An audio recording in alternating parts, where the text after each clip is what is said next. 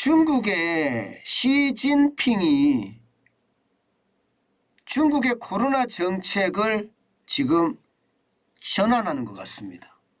확실하게 전환한다 이렇게 표현을 하지 않았지만 제로 코로나 정책이라고 해서요, 한 명의 신규 확진자가 나면 도시를 완전히 봉쇄하던 곳에서 지금 뭔가 풀리고 있는 느낌이에요. 그만큼 말입니다. 코로나 정책의 변화가 확실하게 감지가 되고 있습니다. 사실 말입니다. 여러분, 중국은요, 신규 코로나 확진자가 하루에 1543명까지 기록하고 있거든요. 상하이 봉쇄 당시에 4월 말 이후에 처음으로 10,000명이 넘어섰습니다. 그런데도 불구하고 말입니다. 여러분 이거 한번 보세요. 중국 코로나19 방역을 완화하고 있습니다. 밀접 접촉자나 입국자 격리 기간을요 10일에서 8일로 단축을 했습니다. 위험도 구분 단계도 저, 중, 고에서 말입니다. 2단계로 낮췄어요. 저, 고로 축소했습니다. 고위험 지역 격리도요 7일에서 5일로 단축을 했습니다. 입국자 탑승 시간 48시간 전 PCR 검사도 2회에서 1회로 감축을 했고요. 또 항공편의 서킷 브레이크도 폐지했습니다. 뭔가 완화의 모양새가 나오죠. 실제로 말입니다.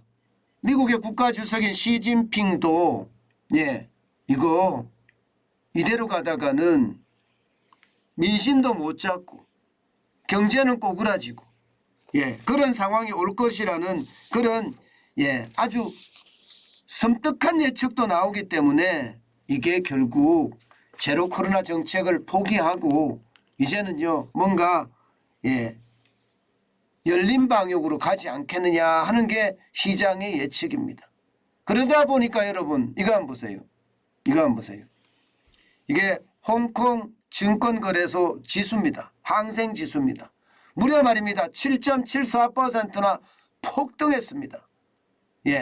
1244.6위가 올라서요 17,325.66으로 마감했어요. 여러분 그래프 보시다시피 지난 10월 30일에 14,597.31이었거든요. 지금은 17,000이 17,000. 그냥 단순하게 봐서는요 3,000이 올랐죠. 3,000포인트가. 그만큼 말입니다. 중국의 방역 정책에 대한 변화가 시장에서는 이미 읽힌다 이렇게 이야기합니다. 읽힌다. 시진핑 국가주석이 3년임이 되고 나서 제일 처음으로 정책적으로 이게 뭔가 변화를 예고하는 게 방역 정책이 아닌가 지금 이렇게 보이고요. 그 방역 정책은요 결국 코로나 제로 정책, 제로 코로나 정책을 폐기하는 선언이나 다름이 없다. 저는 그렇게 읽고 있습니다. 자, 이렇게 됐을 때 우리 기업들 어떻게 될까요? 우리 기업들. 여러분 보시다시피 중국 성장률이 2분기에 상하이를 봉쇄했을 때 0.4% 성장하고 말았거든요. 상하이 봉쇄가 조금 풀리니까 3.9%까지 성장을 이룩했습니다. 물론 3.9% 성장률은 중국 경제가 버틸 수 있는 성장률은 아니에요. 적어도 5% 이상을 성장을 해야지 거대한 중국 경제가 돌아가고 실업률이 덜 나오는 그런 상황이지만 3.9%도 높은 숫자는 분명히 아닙니다. 이대로 가면 중국 공산당이 이야기하는 경제 성장률 목표 5.5%는 달성하기가 굉장히 어렵습니다. 그렇지만 제로 코로나 정책을 폐기하면 상황이 달라지죠. 그러면 4분기에는 3.9%보다는 더 나아질 수 있다는 그런 가능성 보인다고 이야기할 수 있나요? 저는 그렇게 생각합니다. 보인다고 이야기합니다. 자, 이렇게 됐을 때 과연 우리 기업들은 어떻게 될까요? 이게 리오프닝 주식이라고 이야기하잖아요. 코로나19의 거리두기가 해제가 되면 리오프닝 주식들은 진짜 잘 나갈 거다 이렇게 이야기했던 거 아마 여러분들 기억하실 거예요. 지금 사실상 중국이 제로 코로나 정책을 폐기를 하면 이게 바로 이제 리오프닝 주식에 대한 어떤 강도가 굉장히 세질 거다 이렇게 예상을 합니다. 실질적으로 말입니다.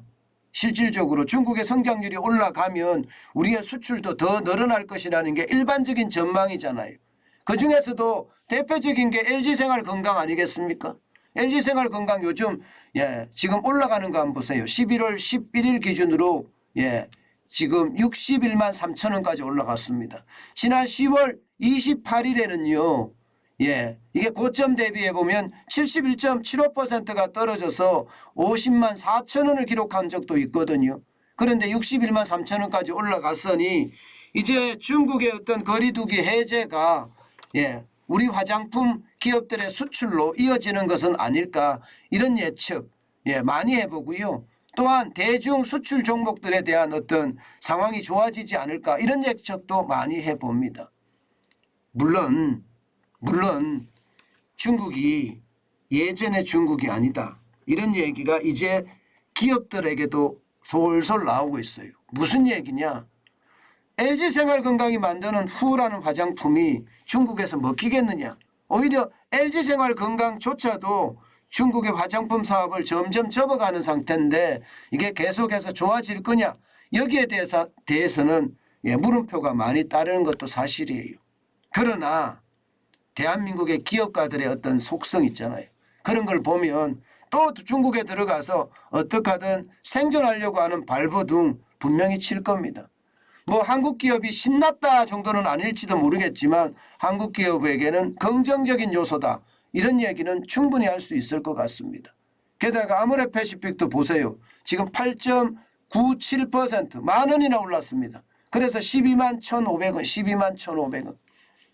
아모레패시픽도 화장품이잖아요. 리오프닝 주식의 대표적인 주식이니까 말입니다.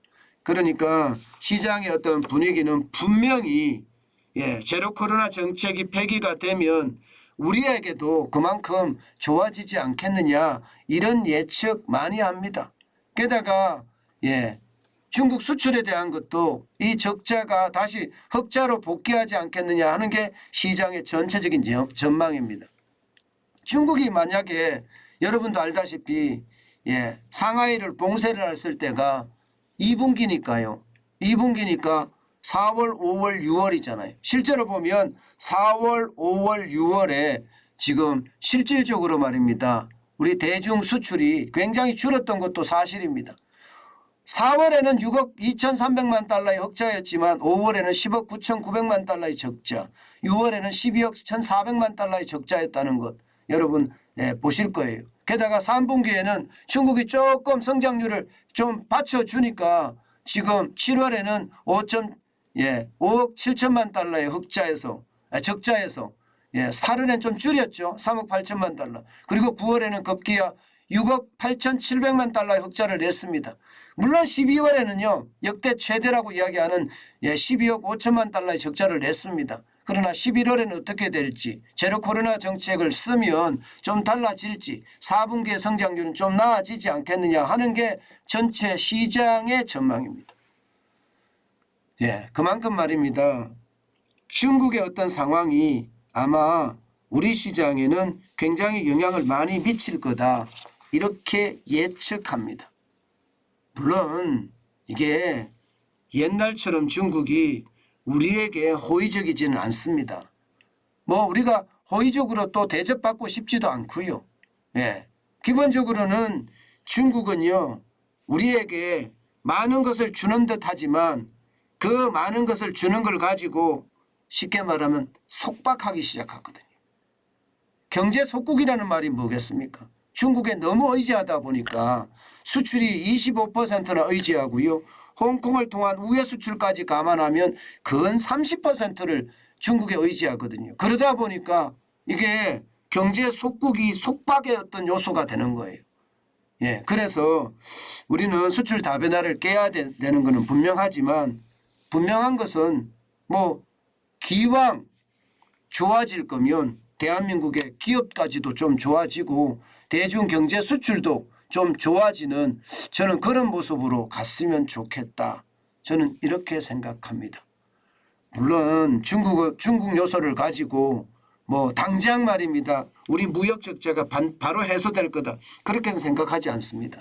이게 세계 경제의 영향이기 때문에 당장은 아니지만 대중 경제 수출만이더라도 좀 플러스로 회복이 되면서 우리 중국에 진출해 있는 기업들 그나마 흑자로 좀 돌아서고 리오프닝 주식들 자기 자리를 잡아가는 그런 기회가 됐으면 좋겠습니다.